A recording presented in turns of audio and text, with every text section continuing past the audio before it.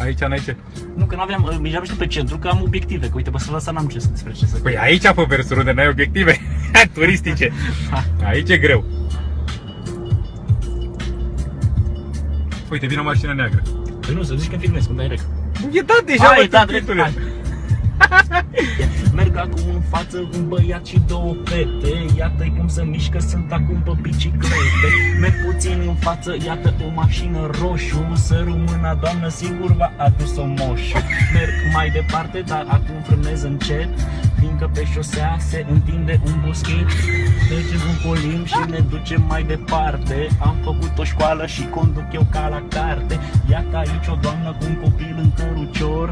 Ce frumos e, doamnă, al dumneavoastră fecior. Acum mai tare încep să o accelerez. Am ajuns la curbă, ia priviți-o cum frânez. Am plăcuțele de la frână noi nouțe. Uite-o pe aia, frate, e din alea mai drăguțe. Stă acolo sus, cocoțată pe o bancă. Geantă și pantofi, ochelari de pițipoancă. Mergem mai departe și mașina mea frânează. Vă întrebați de ce? Că în față se lucrează.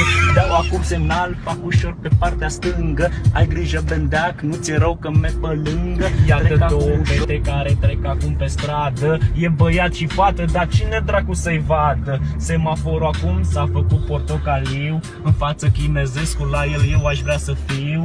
Numai că azi este duminică și precis chinezescu, frate, peste tot este închis. Mergem mai departe, iată o poartă deschisă. Asta e biserica cu lumea cea promisă. Nu mă bag aici pentru că nu am murit, ci vă cânt o piesă care acum este hit. Iată o fetiță, una mică și drăguță, cu telecomandă bagă în curte o mașinuță. Mergem mai departe și vedem mai mulți puștani, unele pe role, pe patine, aveți bani? Mergem mai departe, luăm o curbă așa la stânga. Ce să vezi acum, mi se vede, mă, ce parcurs frumos, ce parcurs. Iată parcul aici, dar de el mă doare. Nu uite și în față o blondă pe bicicletă. Dacă o vezi din față, sigur este nașparletă. Dar nu vreau acum ca să zic de ea ceva. Hai să o depășim, ea mai dă un câmping.